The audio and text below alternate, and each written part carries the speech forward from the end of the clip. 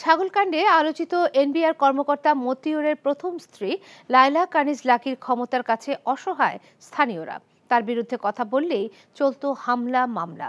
প্রভাবশালীদের ছত্রছায়ায় নরসিংদীর রাজনীতিতে লাকির এই বিস্ময়কর উত্থান বলে অভিযোগ স্থানীয় আওয়ামী লীগ নেতাদের। লাকি আতঙ্ক এখন নরসিংদী রায়পুরের ঘরে ঘরে। নরসিংদীর বিশ্বজিৎ সাহাকে নিয়ে রনি রায়হানের ক্যামেরায় জুনায়েদ আল হাবিবের রিপোর্ট। এখন জন্ম সনদ দিয়ে খোলো বিকাশ স্টুডেন্ট অ্যাকাউন্ট। নিজের বিকাশ নিজে কর। আমার জমি হেন আছে এই নয় মাথাটা পড়ছে এই লেগে টাকা পয়সা দিছে আপনাদের কোনো? না ম্যাডামের যেটা মন চাই সেটাই করছে। আমরা তো ম্যাডামের কথা কইতে পারি। ছাগলকাণ্ডে আলোচিত এনবিআর কর্মকর্তা মতিউরের প্রথম স্ত্রী লায়লা কানিজ লাকির ক্ষমতার দাপটের কাছে অসহায় এরা। নিজেদের জমি দখল করে নিলেও প্রতিবাদ করার সাহসটুকু পাননি। এমনকি অনুরোধ করেও লাকির হাত থেকে রক্ষা করতে পারেননি বাপদাদার কবরস্থানটিও। চাচারা গেছেন গিয়ে ম্যাডামের কাছে কইছে পরে বুধ ম্যাডাম এটা আর গুরুত্ব দিছে না। খারাপ লাগলে কি আমরা তো আর ফিরাইবার মতন ক্ষমতা নাই। এখন কবর দিই আমরা, মসজিদ আছে, মসজিদের কাছে অল্প কত জায়গা এটার মাঝে আমরা দিই না, কি করুম, মানে লাশদের উপরে রাজ যাইতো না।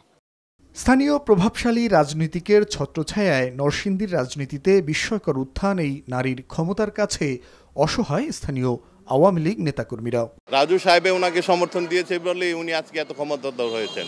এগুলোই আজকে আমার দলের জন্য এবং এই সরকারের জন্য আজকের ভাবমূর্তি ক্ষুণ্ণ করছে। রাজু ভাইয়ের ছত্রছায়া যখন উনি চলে গেল তখন উনি মানে রায়পুরা কেন সারা নরসিংদীর দরাচোয়ার আধিপত্য বিস্তার করেছেন।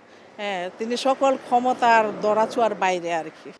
ছাগলকাণ্ডে দেশব্যাপী ব্যাপক সমালোচনার পর কেউ কেউ গণমাধ্যমে মুখ খুললেও রোষানলে পড়েছেন লাকি বাহিনীর। এখন আর ভয়ে মুখ খুলতে চান না তারা। আমি আসলে বলতে চাচ্ছি না এইভাবে। আজকে আপনারা জিজ্ঞেস করছেন, আমি বলবো, কিন্তু দেখা যাবে যে ওরকম হয়তো 2টা লাশ ফেলে দিব না। আমি এর আগে ভারপ্রাপ্ত উপজেলা চেয়ারম্যান দায়িত্ব পালন করছিলাম। ওই সময় আমি আমাদের চাঁদপুরে একটা সীমানা নির্ধারণ নিয়ে একটা মামলা করা আছে। ওই মুহূর্তে আমি ওই চাঁদপুর ইস্যুটাকে তুলে ধরছিলাম, হাইকোর্টে রিট করছিলাম। রিট করার পরে রায় তো আসবে এরকমই আভাস বা এরকমই বোঝা গেছে, যে কয়টা শুনানি হয়েছিল এরকমই বোঝা গেছে। তো ওই সময় লাকি আপাতত নির্বাচন করবে, বা হ্যাঁ নির্বাচন করবেই তো, কিন্তু সবাই বসে গেল। কেন বসছে আমি জানি না, সবাই বসে গেল। হ্যাঁ, শুধু উনি একা সিলেকশনে, কিন্তু আমার মামলাটার জন্য তো ওনার গেজেট হচ্ছিল না, বা শপথ সবই আটকে ছিল। আমাকে ফোর্স করে উল্টো করানো হয়েছে। এটা না, আমাকে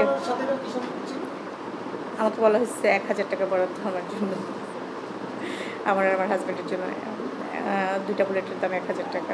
মাননীয় প্রধানমন্ত্রীর যে ন্যায্য মূল্যের যে চাউল, সেই ন্যায্য মূল্যের চাউলের আমাদের মরজাল ডিলার ছিল নাজমুল হাসান মিস্টার।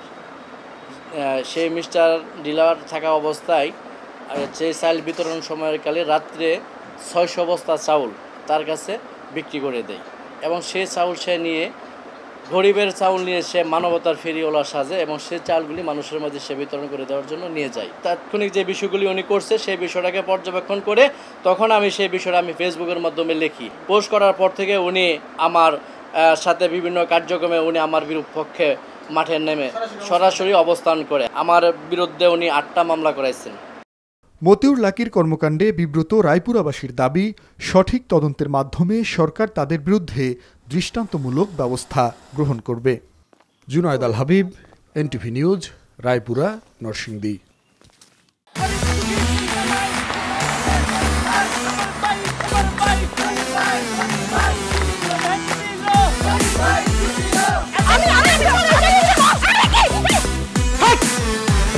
কি ধরনের আকাম করেছে জানো? সারা বিয়ে করলো 2খান, কিন্তু ফেসবুকে রিপোর্ট করেছে 1খান। ম্যারেজটা আমার তো হট হয়ে রয়েছে অনেক আগ থেকে। আমি আমার জান পাখি, সোনা পাখি, টিয়ে পাখি, কি করতেছো? ফেসবুকে একটা পোস্টে অ্যাংরি রিঅ্যাকশন দিচ্ছিল। Don't touch my body. বড় বউয়ের প্রতি অনেকই বেশি না মায়া মহব্বত। যাও তারে গিয়া দেখাও, আমার কাছে আইছো কেলা? প্রথমে আমার ঘরে না এসে আমার চোখের সামনে দিয়ে গট গট করে ছোট বউয়ের রুমের মধ্যে চলে যাও কোন সাহসে? আমি ভাবছিলাম তুমি বড় বউ বড় বইনের মতো থাকবা, কিন্তু তুমি বাইরে হচ্ছ আস্তে একটা ডাইনি বুড়ি। আমি সাক্ষাৎ ডাইনি আর তুমি সোনার ময়না পাখি। চুপ করো।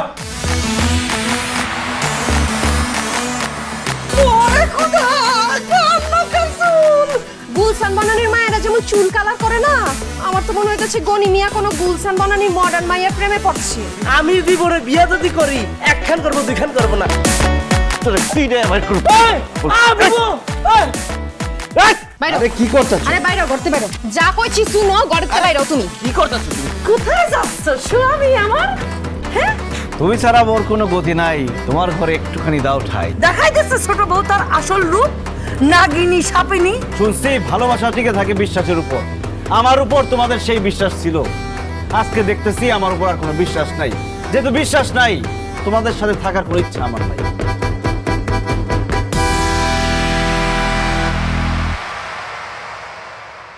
এখন জন্ম সনদ দিয়ে খোলো বিকাশ স্টুডেন্ট অ্যাকাউন্ট।